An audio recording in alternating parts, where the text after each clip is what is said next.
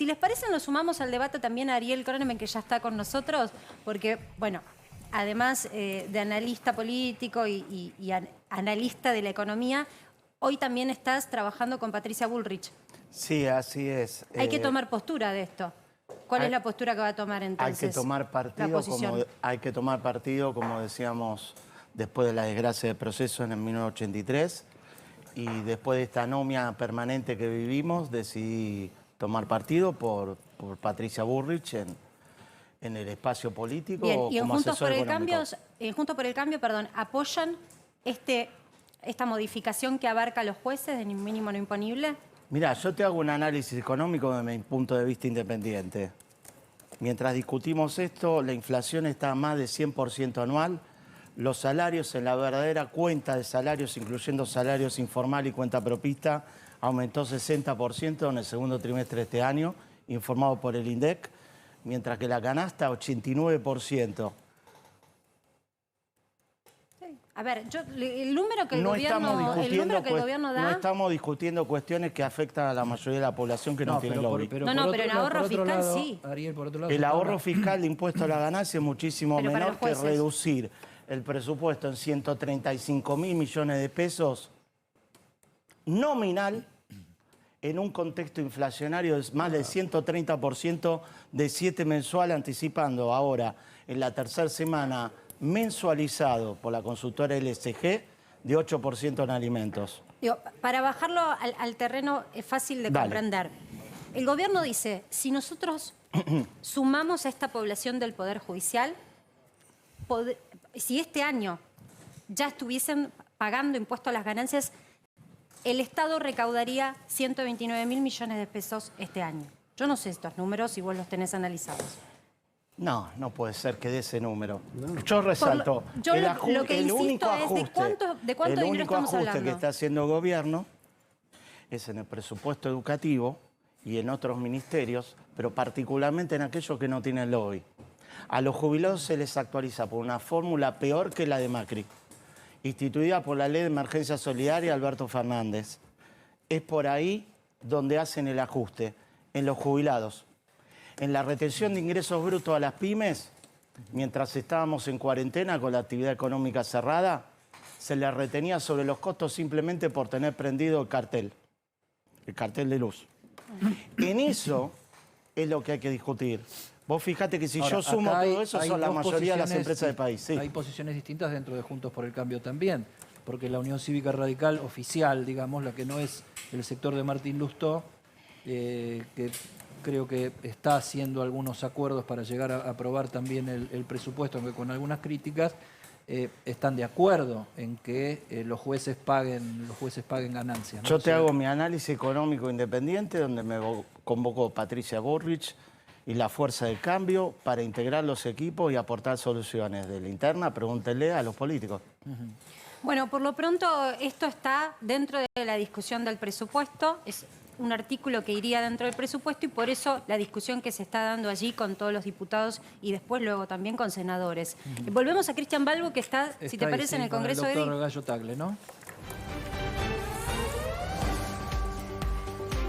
Cris.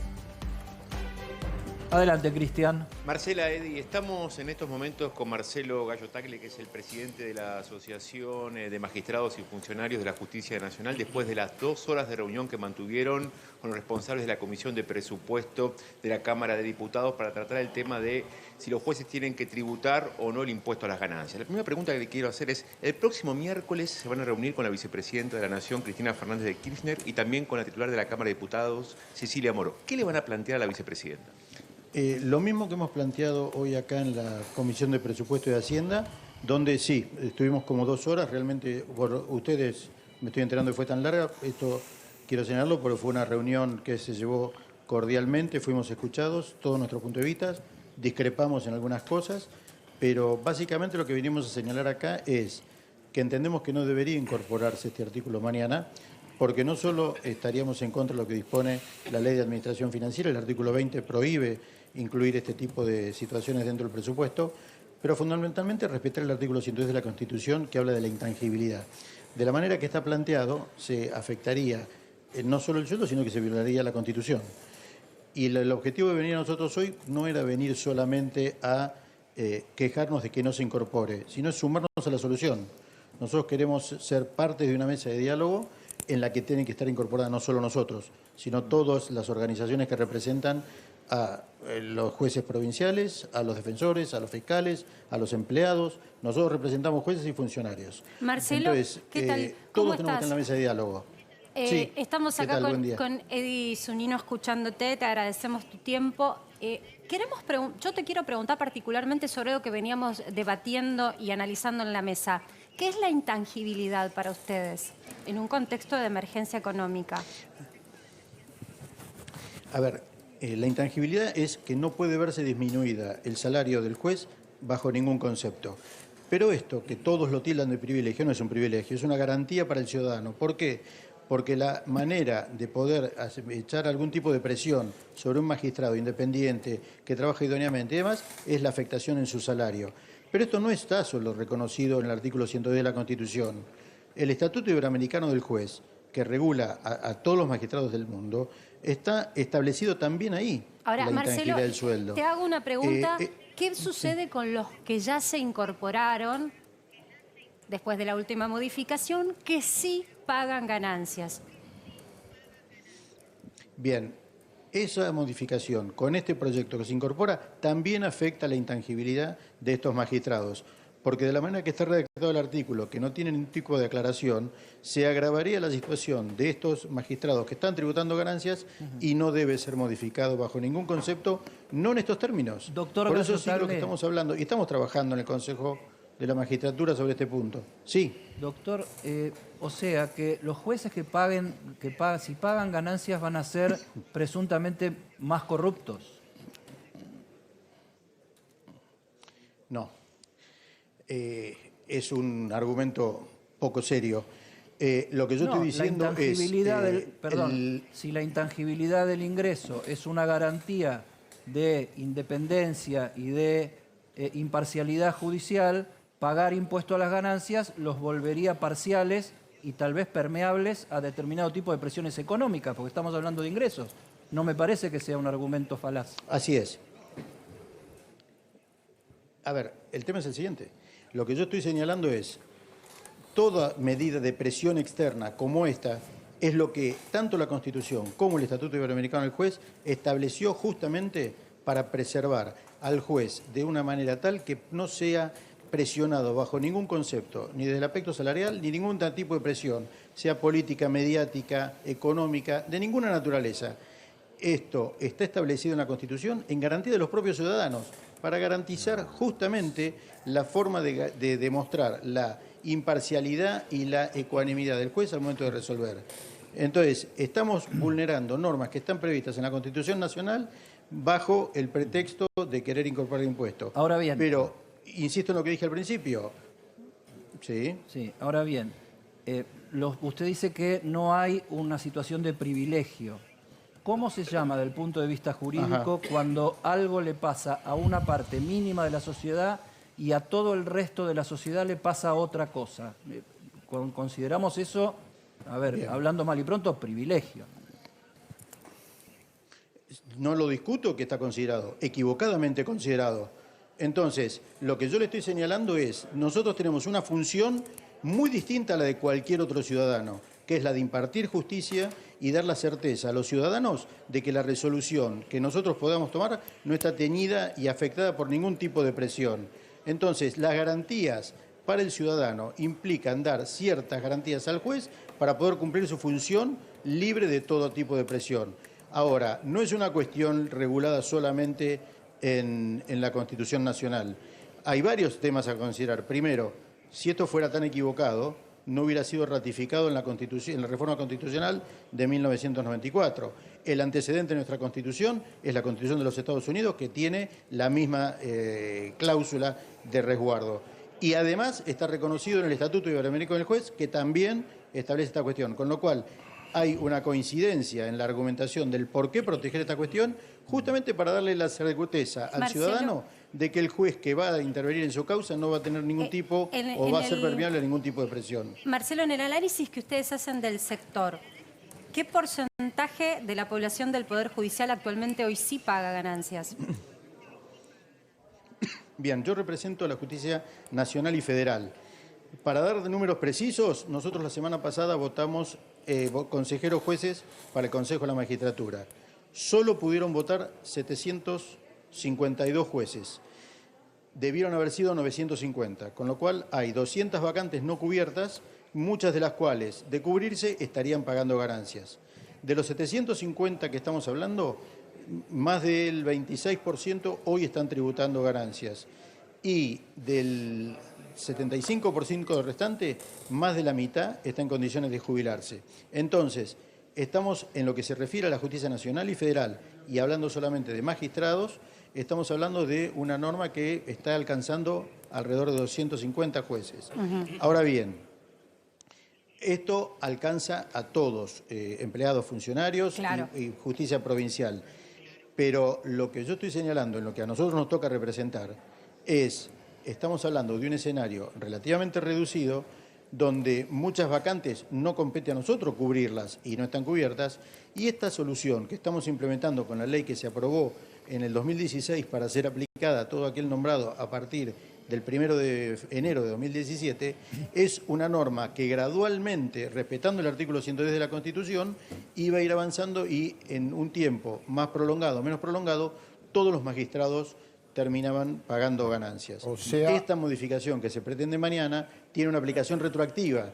¿Qué significa? Pretenden aplicar un efecto a magistrados que han jurado bajo la Constitución vigente al momento que lo hicieron, donde se estaría afectando el 110 de la Constitución. Doctor Gallo Tagle, seguramente usted, que es juez, en algún momento habrá tenido que considerar lo que en la doctrina jurídica, ¿sí?, se llaman, si existe o no, derechos absolutos.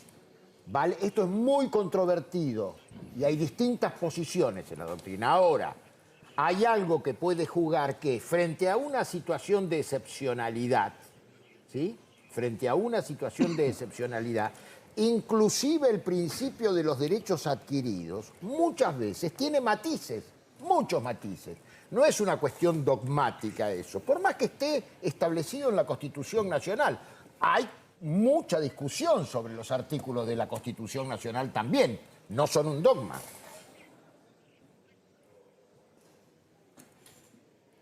Ahí termino la pregunta. Sí, Sí, mi el pregunta comentario. es si usted como juez alguna vez consideró Sí. o no los derechos son absolutos o puede haber derechos relativos, para hacerlo más simple y que la gente entienda. Absolutamente. Bien, entonces, en ese escenario que usted me plantea, primero, cuando alguien tiene que resolver una cuestión como la que usted señala, estamos escuchando a todas las partes involucradas en la cuestión. Acá a nosotros no se nos escuchó. Se le da y garantiza el derecho de defensa, a nosotros no. Entonces, cuando tenemos que analizar esta cuestión, y es ahí donde yo dije, nosotros vinimos hoy para abrir esa fuente del diálogo. Entonces, yo no estoy hablando, porque si fuera tan absoluta como yo le estoy planteando, sin encontrar algún tipo de vía alternativa, no hubiéramos venido a proponer el diálogo. El diálogo lo venimos a proponer a partir de, respetando lo que dice el artículo 110, establecer cuáles son las posibilidades para encontrar esas vías de solución. Ahora bien, pero en ese planteo que usted me hace, al momento de resolver, siempre se da intervención y se garantiza el derecho de defensa. ahora lo bien, que acá no ocurrió con nosotros. El diálogo implica la posibilidad de ceder posiciones de las partes que dialogan. ¿Cuáles son las posiciones que podría ceder el sector que representa a usted? Eso es lo que queremos sentarnos a dialogar, porque aparte, ojo, que lo dije también al principio, acá no solo tenemos que participar de esa mesa, Asociación de Magistrados y Función de la Justicia Nacional, que alcanzamos jueces nacionales y federales. Están los representantes de la justicia provincial a través de la FAM, están los representantes de los fiscales, están los representantes de los defensores, de los empleados. Entonces, en esa mesa nos tenemos que sentar todos y consensuar las distintas opciones para llegar a una solución. Entonces, es ahí donde vamos a encontrar en el diálogo y en el consenso, con la voluntad que existe, la solución que, como en su momento, con una solución Marcelo. inapropiada, pero algo, se resolvió en el 2017. Marcelo Martín Angulo, ¿cómo estás? Hablas de, y lo dijo también Carlos ¿Qué Heller, de iniciar un diálogo. El miércoles van a estar en el Senado con Sí. Cristina Kirchner. ¿Esto implica que mañana se retire este artículo del proyecto de presupuesto y quede en un stand-by hasta tanto puedan avanzar en alguna solución? No lo sé. Depende de los diputados mañana. No lo sé. No se hizo explícito en Me la gustaría reunión. saberlo, no lo sé. Bien. En el caso de que no lo retiren... No se abordó sobre ese punto, no se abordó ese punto. En el caso de que no lo retiren, podría presumirse que entre el oficialismo y una parte de la oposición, por lo menos en la Cámara de Diputados, hay consenso para que esto avance. En la Cámara de Senadores estaría lo mismo, e incluso lo que se está expresando al nacionalizarse el tema es que de las provincias también viene la mayoría de los gobernadores consensuando esto, atendiendo la situación económica de todo el país. Si esto se incorporara, ¿qué vamos? ¿A un conflicto institucional que termina en la Corte Suprema? ¿Cómo lo ven eso? Al menos es una situación judicial, indudablemente, ¿sí? Nosotros tuvimos una reunión de consejo directivo el viernes pasado, también convocada de urgencia, por eso la nota que mencionaba recién el diputado Heller ingresó el viernes casi a la noche, donde las distintas opciones que se evaluaron era tener que seguir con estas opciones hasta últimas consecuencias, porque se está violando la Constitución. Ahora, Se está Marcelo, violando la Constitución. para poder entender, porque no todo el mundo tiene que entender por qué cómo es un proceder. ¿Esto significa que si ustedes recurren a la justicia son ustedes mismos de alguna manera? Cuando digo ustedes, digo el Poder Judicial el que va a dirimir esta situación, entonces. A ver, en última instancia sí, es el Poder Judicial quien lo resuelve, pero también hay que partir de esta cuestión. Las disposiciones que toma un juez lo es sabiendo e interpretando la ley en forma adecuada y en lo que corresponde resolver sobre la cuestión. Pero entonces, Marcelo, O sea, esto es no una implica negociación... que haya algún... Perdón, no digo, si esto escalara en términos No. de que se aprueba finalmente el proyecto de presupuesto con este artículo, ya el final está cantado porque esto termina en la justicia y entiendo que si hay una situación en donde todos los letrados consideran lo mismo, ya sabemos cuál va a ser el desenlace, no van a pagar ganancias. Quisiera tener ese optimismo, pero no es así porque en más de una oportunidad en que nosotros hemos planteado de la Asociación de Magistrados defensas de cuestiones que hacían al Poder Judicial, no siempre tuvimos respuesta exitosa en la Corte. O sea, Uno que, fue, que los de magistrados ganancias. no piensan todos que su sector deba estar eximido del pago de ganancias. A ver, a esa pregunta te diría que sí, en lo que hace a las distintas organizaciones que representan a magistrados, funcionarios, defensores, fiscales, empleados. Estamos todos contestes en la misma idea. Ahora, quien tiene que, en definitiva, resolver esta cuestión cuando llegue será la Corte, que es la que no se ha pronunciado sobre el punto y está bien que no lo haya hecho. Todo indicaría que... Y te digo, como antecedente, No, todo indicaría, por lo menos como según... antecedentes tenemos el fracaso, Adelante. que como antecedente tenemos el fracaso de cuando planteamos algo semejante sobre la ley del año 2017, no tuvimos éxito en el fallo de la Corte. Decía que todo indicaría, por lo menos según la mayoría abrumadora de las encuestas, que la sociedad apoya que los jueces y el Poder Judicial pague el impuesto a las ganancias como cualquier hijo de vecino. ¿Les importa eso o no es su función? Sí que nos importa. Y justamente es algo que yo he planteado en más de una oportunidad que venimos trabajando desde el año 2016. No hemos encontrado los espacios de conversación como el que hoy nos dieron, o sea, para tratar lo genérico, no entrar a tratar un proyecto en definitiva. Pero el espacio lo estamos buscando para negociar desde hace rato y el problema está justamente por lo que ustedes acaban de mencionar. A nosotros nos afecta y mucho la opinión pública y la formación de este tema en la opinión pública, más allá de que sabemos que Marcelo, jurídicamente perdón, los antecedentes... ¿podemos repasar el si lo quieren, concepto? te contesto. No, es que escuchamos el argumento, pero la palabra negociación en tu boca, porque sos joven, si me permitís tutearte, pero es con respeto, suena raro. Entonces, en una negociación, ¿qué es lo que puede incluso hasta sonar mal? ¿Qué es lo que se está negociando? Sí, entiendo. Hoy nada, porque todavía no nos podemos abrir la mesa del diálogo.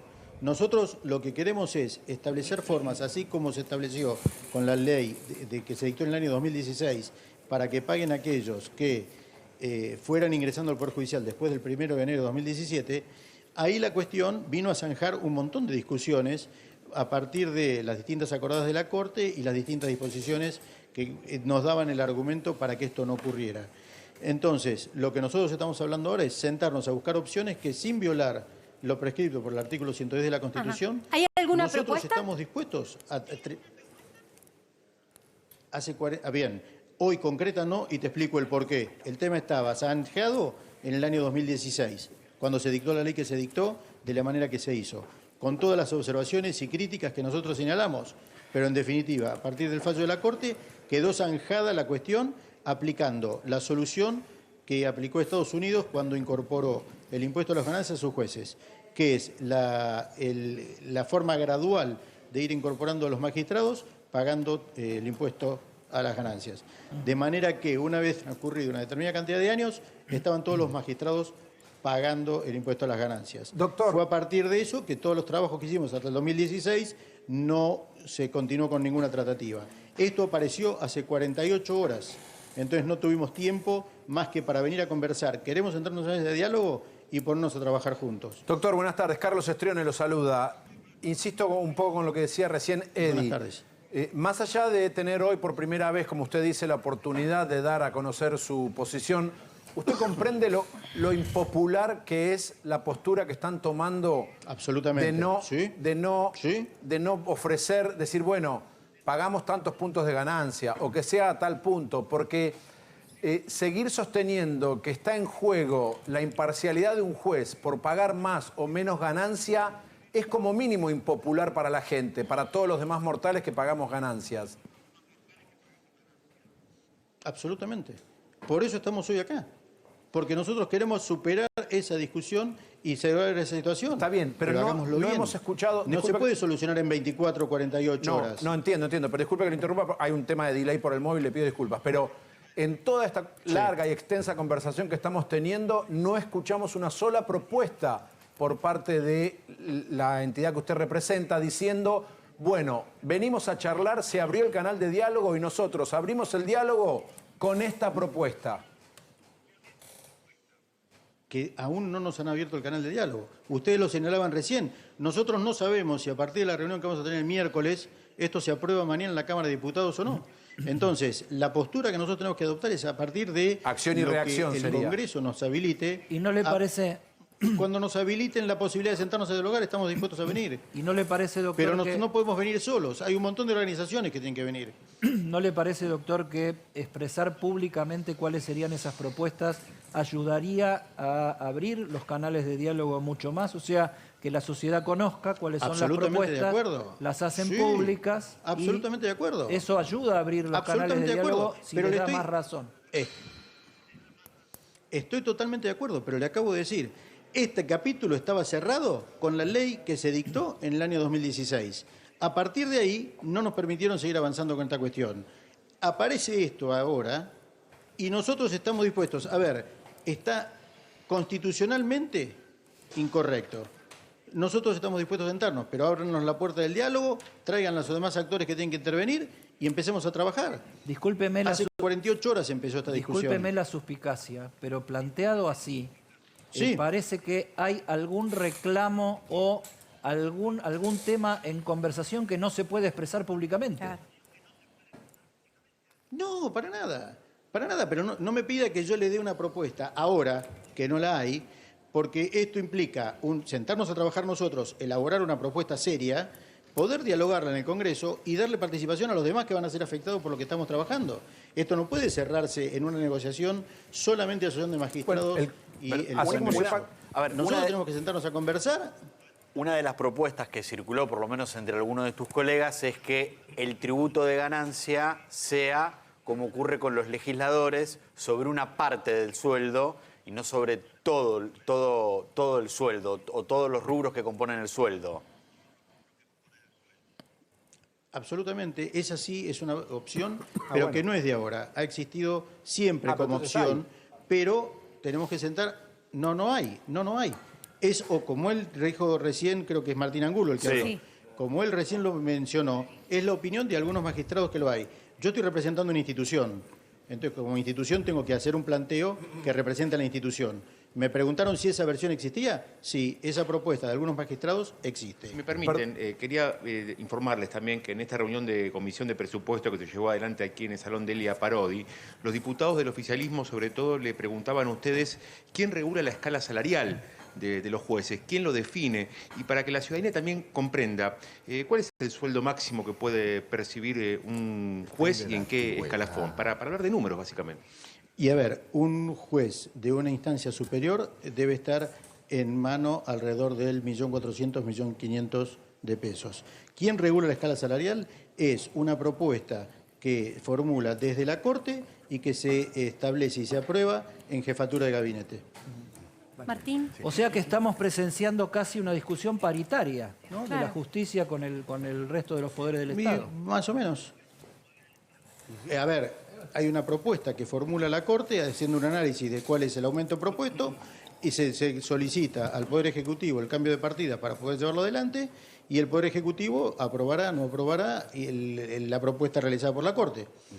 Más allá de la discusión puntualmente por ganancias, Marcelo, también muchos en tribunales, y vos seguramente lo sabrás, ven esto como un ataque político del gobierno, que lo suman a una serie de otros proyectos legislativos que no avanzaron. Y lo enmarcan además puntualmente en una serie de fallos judiciales adversos contra el gobierno y en lo que va a ser el veredicto por la obra pública, que seguramente va a ser antes de fin de año, en un juicio en el que está Cristina Kirchner. ¿Ustedes desde la asociación hacen esta consideración política respecto de esta iniciativa de ahora? Sí. Nosotros vemos que cada propuesta de esta naturaleza aparece tras algún embate en el Poder Judicial de alguna cuestión que pueda afectar a alguno de los alcanzados por ese fallo. Y la respuesta automática, sintomática de esta cuestión es con algún tipo de propuesta, modificación, sea de la integración, del número de integrantes de miembros de la Corte, la tan resonante democratización de la justicia que lleva a decretarse la inconstitucionalidad, la creación de nuevos juzgados en todo el país para, sin haber hecho una investigación previa de dónde eran necesarios y dónde no. Después del resultado en el Consejo de la Magistratura, a las 24 horas apareció este proyecto.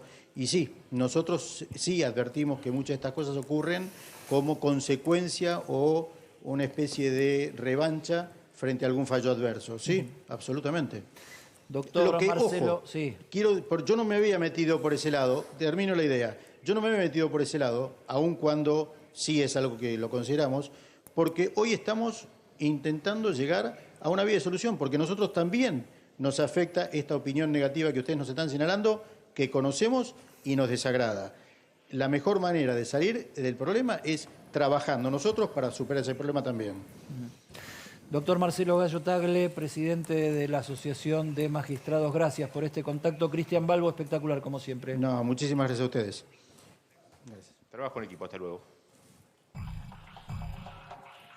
El tema es que esta discusión se enmarca en una emergencia económica que se proyecta a lo largo del presupuesto. Tiene una razón de ser, que es buscar ahorro fiscal donde se pueda y tratar de recaudar más. Más allá de las discusiones de la política o de los intercambios judiciales con la política, vamos a hablar de números. Porque hoy lo vimos a primera hora cuando arrancó la ANSES a atender y a dar servicio con las consultas de la gente que buscó inscribirse en lo que nosotros periodísticamente denominamos nuevo IFE, pero en realidad es un bono que el Ministerio de Economía ha establecido para aquellos que no tienen ingresos. Largas colas en las dependencias de ANSES, como ya sabíamos que iba a ocurrir. El gran problema es que para reunir el criterio y cobrar ese bono no tenés que haber tenido ningún tipo de movimiento de dinero, ingreso capital a tu nombre, prestación social, jubilación o pensión. Y la gente confunde este bono con los anteriores IFES en donde otras categorías de trabajadores, incluso monotributistas, pudieron cobrarlo. Ahora no. La población es casi, diría, de quien está absolutamente marginado del sistema, porque no tiene ningún tipo de asistencia, ni siquiera una cobertura médica. En el presupuesto puertas adentro del Ministerio, que se proyectó como hipótesis, porque por supuesto se acaba de lanzar y hay que ver cuántos inscriptos luego califican, ese supuesto está basado en que lo cobrarían 978.000 personas. Es bastante menos quizás que la demanda que pueda arrojar la necesidad. Pero insisto, mucha gente, Eddie, puede llegar a presumir que no le están dando algo que necesita. El punto es que es solamente en el concepto de refuerzo alimentario, casi diría una situación de indigencia o pobreza, pero incluso sin estar contemplado por el propio Estado en una prestación social. Atención con eso, es una población muy chica para una necesidad alimentaria, como vemos, que crece con la inflación y que se daña día a día, pero no va a ser para todo el mundo. Eso en principio es la postura desde el punto de vista del Ministerio de Economía. ¿Pero por qué? Porque están muy concentrados en bajar el gasto público para poder cumplir con las metas con el Fondo Monetario, que incluso lleva a otras negociaciones como en las primeras semanas de noviembre el Club de París. Marce, perdóname una pregunta acá. Se había hablado de 2.200.000 personas. ¿Era este el universo que ahora se achica? Claro, porque cuando vos empezás a tamizar y ahora es que no tienen que haber tenido ningún tipo de ingreso en los últimos 2 meses, es muy reducida la población que a priori, por supuesto, a priori tiene estudiado el Ministerio de Economía que abarcaría. Después hay que ver cuántos se inscriben. Tal vez, lamentablemente, la situación del tejido social se está degradando de manera muy acelerada. Tal vez la base de datos que tenga hoy el gobierno, porque insistimos, pensemos que no están tal vez en ningún tipo de beneficio de ANSES, tal vez supere este número presupuestado o proyectado. Pero la hipótesis de la que se parte hoy es de que solamente estarían en posibilidad de cobrarlos menos de 1 millón de personas. Y lo ligaba al gasto público porque, en rigor, desde que asumió Massa hubo un recorte en el gasto. Y lo vemos, por ejemplo, en una consultora como Analítica, que lo que hizo fue, bueno, si le quitamos el impacto a la inflación y miramos los porcentajes, ¿qué está pasando con el gasto público? Sin contar los pagos de deuda, en la tercera semana de octubre vos tenés una caída del 33% si lo medís contra la tercera semana de septiembre, es decir, mes contra mes. Ya hay una caída fuerte. Ahora, si lo haces con respecto a la misma semana, te parás en la misma foto, el mismo momento, pero del año pasado, la reducción es del 22%. Real, o sea, le quitamos el impacto de la inflación. Hay un recorte real, lo que se siente y se percibe en el bolsillo. Entonces vamos a mirar qué es lo que se recortó y qué no. Se recortó todo. Jubilaciones, pensiones e ingresos del PAMI, subsidios económicos, tal cual estaba previsto, gasto en personal, tanto que, digamos, se menciona el tema del personal o el empleo público, la obra pública, asignaciones familiares, transferencias a provincias, bienes y servicios, todos los rubros en negativo, salvo, y esto por eso lo quiero destacar, los programas sociales, que han tenido un incremento, no solo ha bajado, un incremento del 55%. Atención con esto porque te habla de un núcleo duro del gasto que no puede achicar, por lo menos no en este frente tan complicado desde lo social, el Ministerio. Y por eso, como lo saben, están tratando de frenar otras de las variables de la economía que tienen que ver con lo monetario también. Yo les cuento que, mientras tanto, los economistas están mirando algo que se está dando por primera vez en mucho tiempo, por primera vez desde que se impuso tal vez el cepo cambiario, que fue, recuerden, la limitación a la compra de divisas fue anterior a que asumiera este gobierno, antes de que se pase de mando de un presidente a otro. El dólar blue, el oficial y el financiero, o sea, los 3 tipos de cambio gruesos que se miran, están atrasados en relación a la inflación. Esto no es algo bueno, no es un buen comportamiento. Hoy todos los dólares marchan a una velocidad inferior a la velocidad con la que marchan el resto de los precios de la economía. Entonces, ¿qué pasa? Si el dólar se utilizó en algún momento como ancla, si eso fuese la hipótesis actual, no está funcionando. Porque incluso las consultoras privadas están proyectando para este mes de octubre un 7%, muchas dicen, de inflación.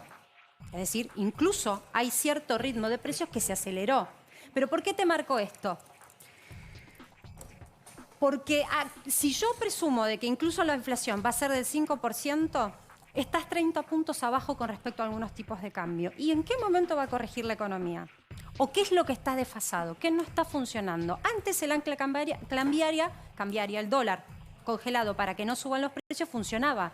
¿Qué está pasando que evidentemente eso no funciona hoy? Mientras tanto, logró el Ministerio de Economía acotar el divorcio entre el oficial y el paralelo para que se asiente por detrás del 100% en el 96% la brecha. Es decir, tenemos atrasos cambiarios, según el propio mercado, de los múltiples tipos de cambio que tenemos en Argentina, pero hay una brecha del 96%. O sea, una economía desdoblada, de hecho, con estos tipos de cambio.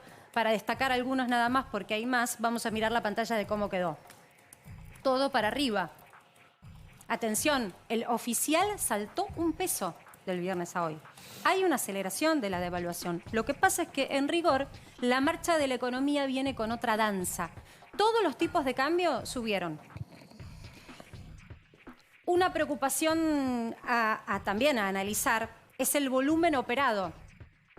Cuando vos miras la cantidad de dinero que se negoció, viene desinflándose considerablemente. Hoy incluso estuvo un 24% por detrás del volumen de la cantidad de dólares que se negociaron el viernes pasado. Y más allá de que no hay quienes vendan, el problema es que tampoco hay compradores salvo el Banco Central. Entonces, casi es de ciencia ficción el mercado mayorista. Y en donde están operando los inversores o donde están las apuestas de compra de divisas, está yéndose al contado con liqui o dólar bolsa, que son los tipos de cambio oficiales del sistema financiero. Pero insisto, la gran diferencia es que no es de 154 allí. El empresario que recoge en el dólar bolsa el dólar se lo lleva a 292 pesos. Ahí es en donde juega la brecha. Ahora, la hipótesis que tienen algunos economistas es que como esto ya está sucediendo, los precios ya están remarcados a valor dólar bolsa y no a tipo de cambio oficial. Y ahí te tiro la pelota, Ariel, para saber tu postura sobre esto. Bueno, primero resaltar, perdón la voz, es por lo de Boca de ayer, disculpen. Muy bien, Completamente Es por un buen motivo, muy entonces. Entendible Vamos. y aceptado, no hay Vamos problema. con eso, haremos el esfuerzo. Señalarte que, de acuerdo al INDEC, hay 2,5 millones de personas indigentes y el IFE 5 llegaría a solo 900.000. Esto me hace recordar a que el gasto público de asistencia COVID, ATP e IFE, durante la pandemia, incluso los créditos a tasa cero, fueron el menor de América Latina.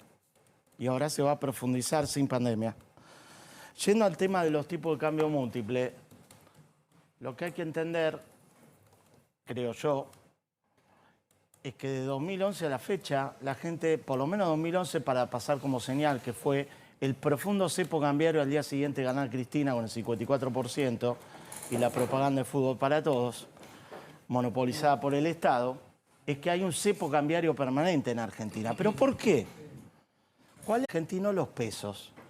Entonces, no hay ancla nominal del dólar o la que aplica este gobierno sobre los salarios con ayuda de la CGT que alcance a parar la desconfianza de los argentinos en el peso argentino, porque tenemos un gobierno, principalmente en la persona del presidente, que traslada sus errores y sus idas y venidas, cual veleta en el viento con sus palabras, al resto de la gestión económica. Pero más allá concretamente, de Massa. yo necesito conocer tu postura, tu análisis. Sí.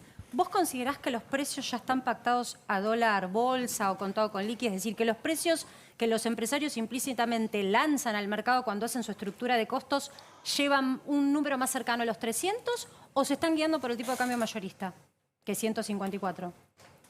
Cada vez más a los dólares oficiales como es SL y el dólar bolsa que vos señalás. Quiero resaltar, gran parte de las exportaciones agropecuarias, agroindustriales e incluso industriales están sujetas a retención. Por lo tanto, el cálculo no debe hacerse al dólar mayorista, sino descontarle los impuestos. Ahora, lo que aportó en la soja en términos de este dólar 200 transitorio que te faltó poner en la lista de los dólares multicolores, se terminó. 16.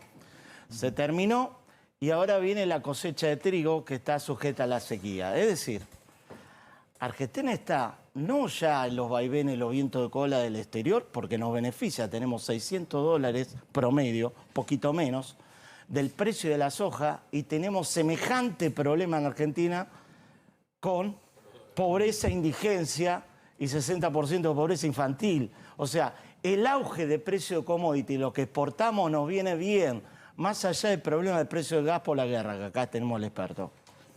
Entonces, en semejante coyuntura, que se puede discutir cuánto nos beneficia, pero sin duda no es fin de los 80, No es la política de Paul Volcker llevando la tasa de interés al infinito por los problemas de Estados Unidos que nos pegó de lleno. No es eso, es mucho más moderado. Argentina tiene que contar y rezar con el trigo para llegar a diciembre y con el turismo no residente que viene a traer dólares a través del mercado paralelo y no aporta dólares que los argentinos necesitamos para que haya actividad productiva. Yendo a una escala más pequeña de lo que señalabas de Paul Porque soy más Volcker, macro, perdón. Sí. de lo de Paul Volcker, hablando del Paul Volcker, Perdón, hablando de sí. la tasa argentina. Dale. El aumento de la tasa llevó los pesos del dólar al plazo fijo. Perdón la cita de teoría económica. Como diría Guillermo Calvo, un gran economista, podemos estar de acuerdo o no. En un momento cuando no tenés credibilidad, vos podés subir la tasa y la gente se queda en dólares igual. Creo que lo sinteticé. ¿Pero eso está pasando ahora? Estamos al borde de que pase. Pero no está ¿Por pasando, qué? entonces. Porque no hay dólares para importar. No podés importar una tuerca, no podés importar un medicamento oncológico.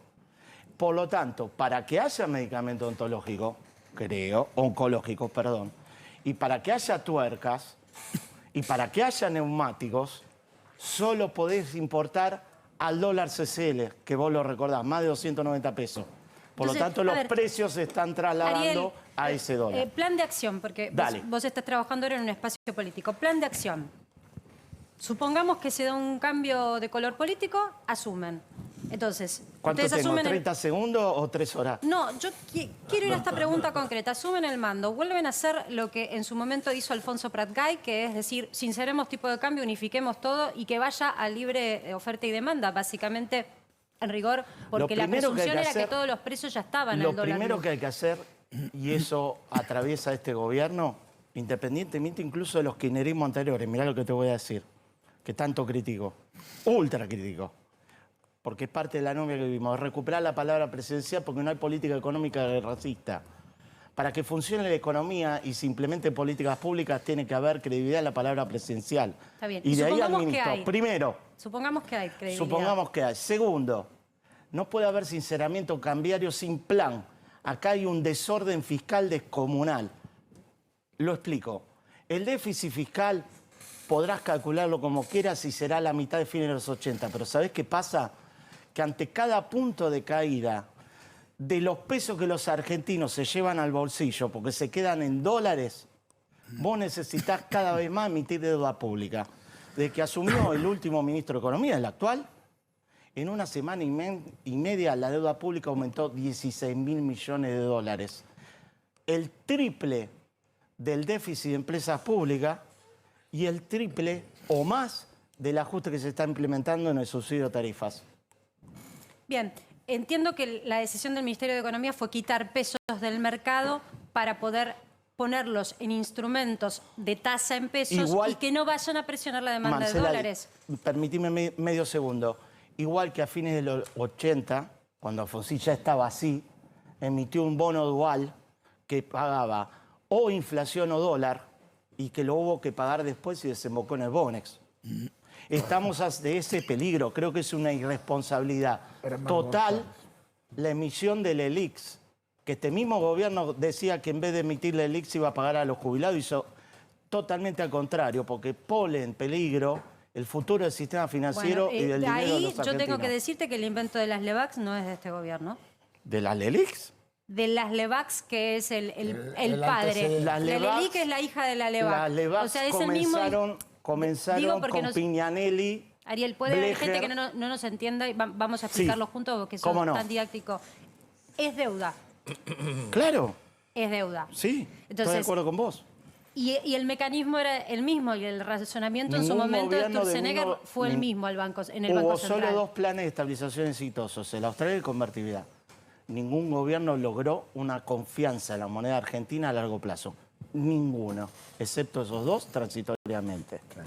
En función que no lo logran, se emite LEVAX, LELIX y otros nombres, porque este gobierno mismo la sextuplicó y estamos a una velocidad de por 8 por cada peso que vos tenés en el bolsillo.